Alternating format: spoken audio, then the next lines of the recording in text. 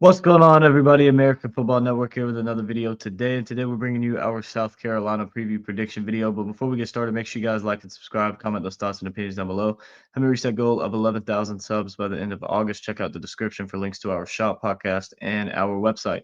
Let's go ahead and jump in to today's video with South Carolina coming up.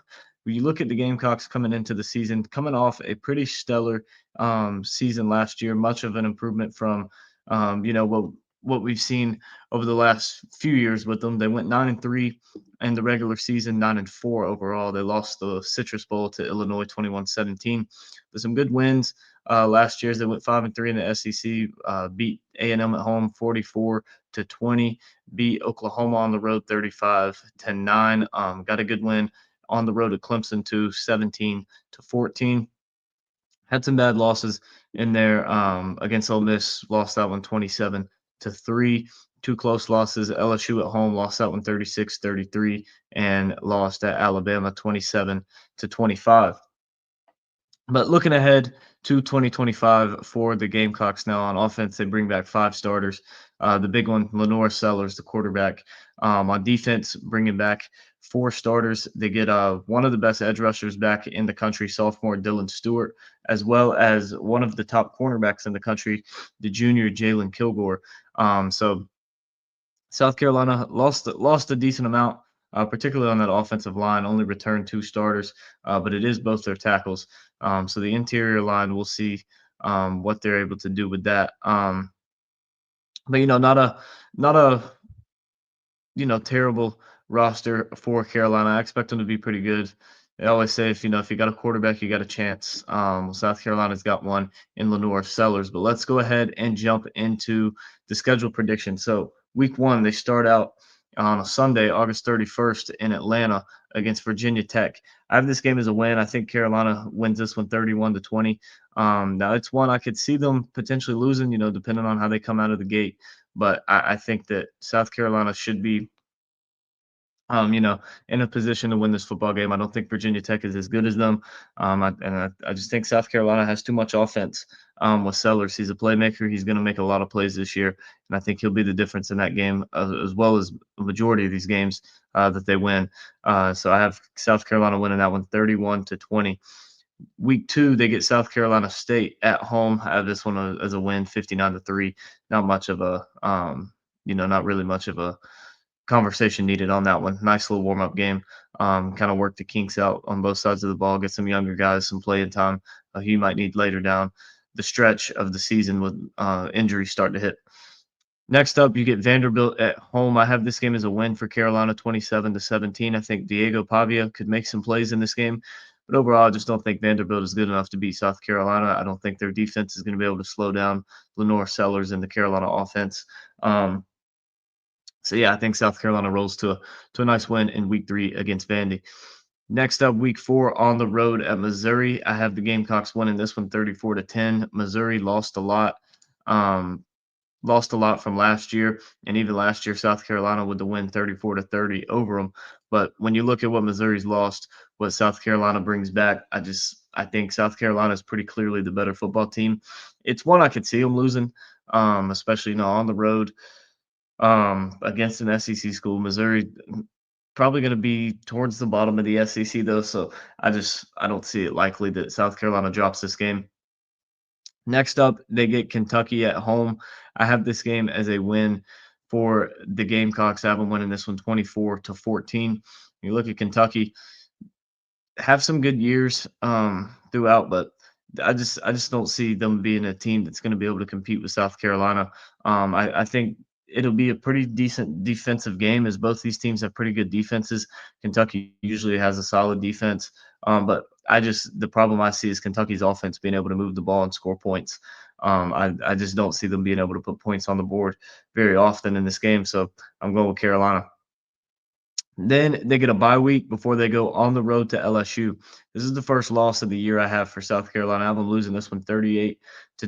I think LSU is going to be one of the top teams in the SEC this year. Garrett Nussmeier coming back. A lot of guys on that defense coming back. LSU is going to be a tough out for Carolina. I just don't see Carolina being able to get the job done here against LSU. Almost had them last year at home. lost 36-33, had two pick sixes called back. But I don't think they're going to be able to get the job done again this year. I have a loss for the Gamecocks.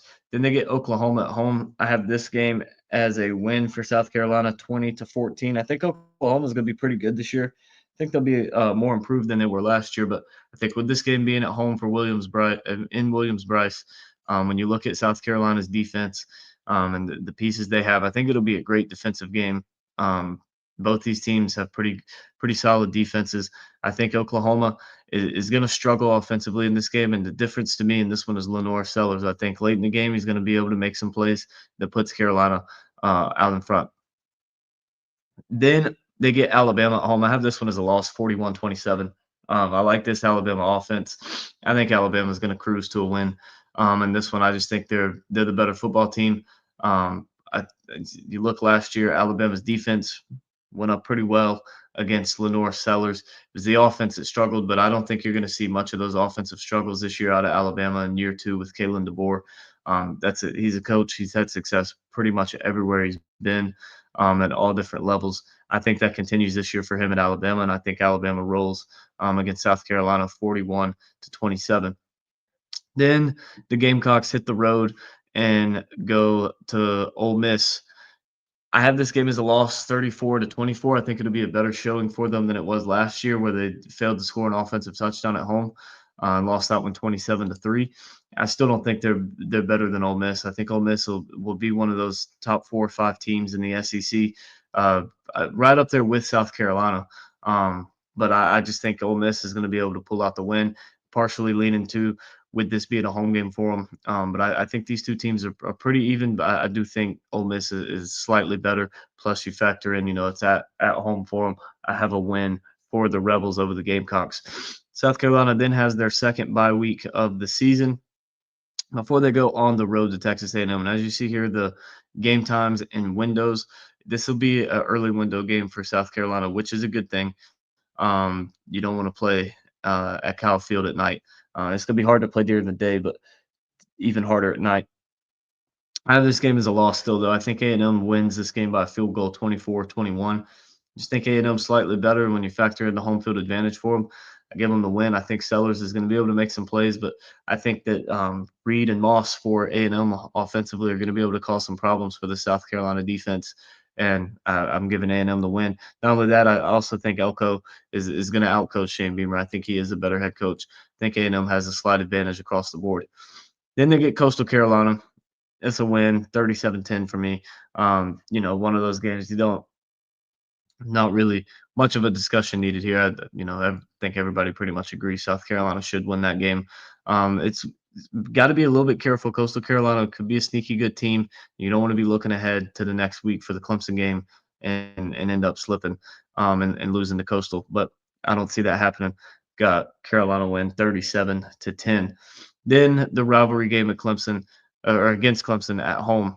I have this game as a loss. I think the Tigers win 31-20. I just think Clemson's a better football team. I think defensively they're going to be able to contain Lenore Sellers a lot better this year than they did last year. With you look at all the pieces they brought back and added to that defense, plus bringing in defensive coordinator Tom Allen from Penn State.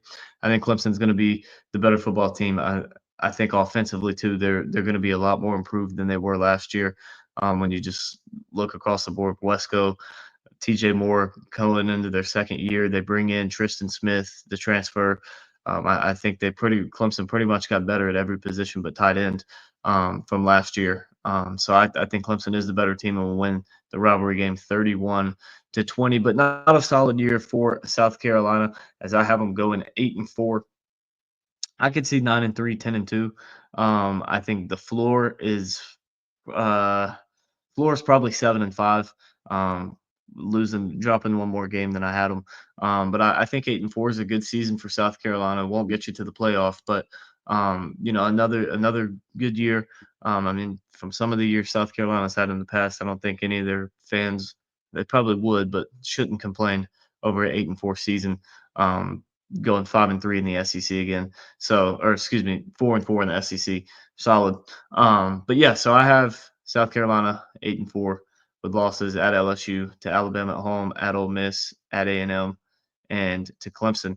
So that will wrap up today's video. I appreciate you guys for tuning in, and we will see you next time.